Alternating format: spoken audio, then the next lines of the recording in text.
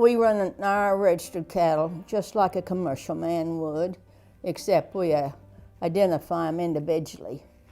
And we demand that this cow be a producer of a calf every 12 months. She has to bring the calf into the weaning pens, or she goes to the Golden Arches. And we have completed that because we understand where the money's made. The money is made in a real fertile cow that's going to have a calf every year to wean. So we've worked on longevity and fertility and carried all the other traits, trying to even them out, because the first thing you got to have is a live calf. So that has been our thrust all these years. And of course now with over 50,000 different DNAs, well, you can make a lot of advancement that you used to not be able to make.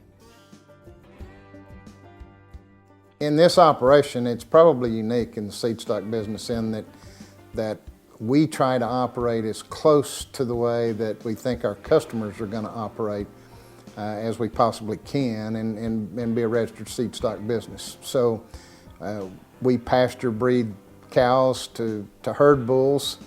We took a lot of video today of the herd bull battery that we have here.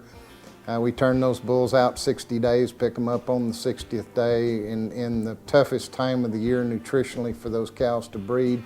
We put them under the harshest conditions we can because we think as a seed stock provider, we need to be providing our customers with cattle they know they can count on to make them money. With the meat company, we feed a lot of cattle and we harvest those cattle, and now we have meat.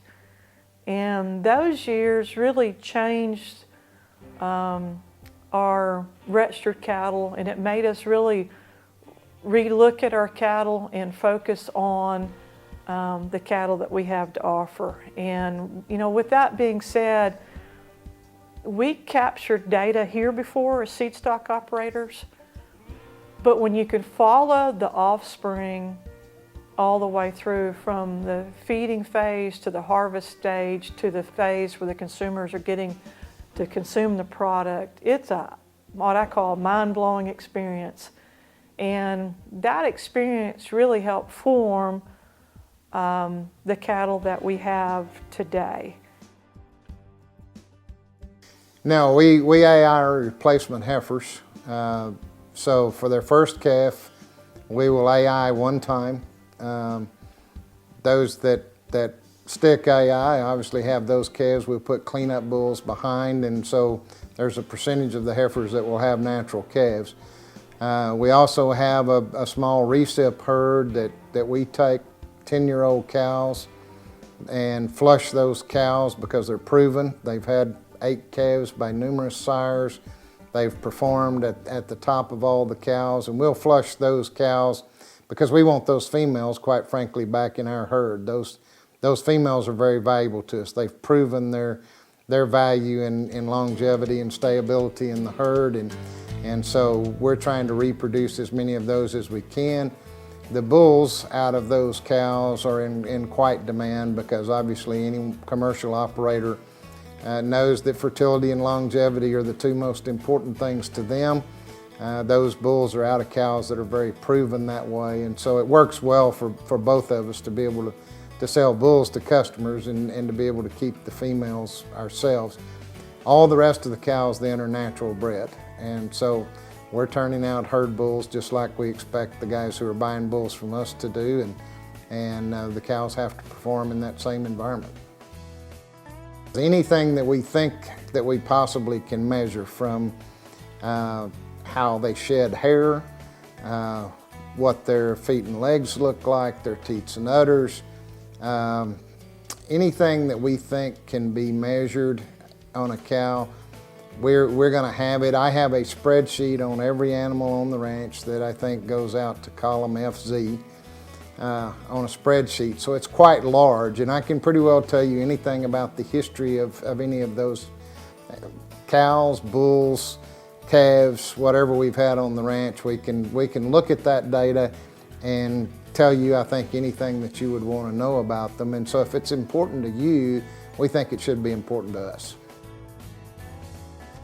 Well, this ranch has been numerous things. It's provided an awful lot of leadership for the breed and the industry, as well as all of us that have been on the ranch have held leadership positions within the industry.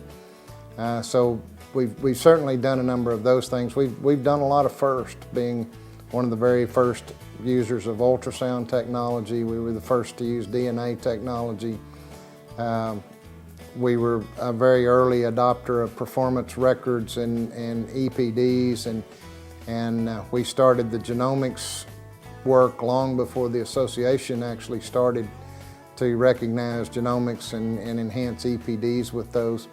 So from an industry leadership standpoint, we've tried to be on the forefront of all the technologies that we think will advance things on a go-forward basis. And that's probably the most exciting thing. I think that the legacy that we will leave for the next generation is that the whole performance genomics thing, we're just starting to scratch the surface. And the opportunities for the next 20 years, 30 years will be immense for anyone starting out in this business. And we're excited to help them in every way we can. We have our annual sale the second Saturday in February each year. And we'll market 225 to 250 bulls each year, mostly Angus bulls and a few Charolais bulls. We have the same set of expectations for all of those bulls, and we measure everything that we think that you could possibly want to encounter from a measurement standpoint on the cattle. We do things like a grass gain test that no one else in the business does. We try to put all of that information into our catalog and have all of that data available for anyone to go through and analyze data on Excel spreadsheets or however they want to do it.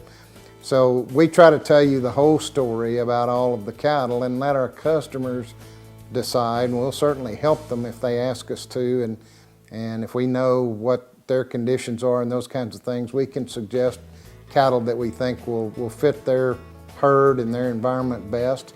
But we try to make sure that we have everything available for them to make good decisions.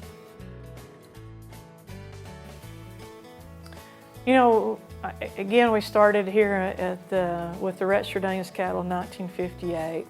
Not many of us have been around this long doing what we do. I know a lot of people get in the business and it either doesn't suit them or maybe they're not as passionate as we have been, but we're passionate about trying to have a better animal tomorrow using, you know, the latest tools that are available to us, but yet keeping a diligent eye on what works in our environment, whether it rains or doesn't rain. You know, no matter what Mother Nature throws at us, we're still trying to produce an animal that's going to work long term. And, you know, 60 years, we've seen the good, we've seen the bad.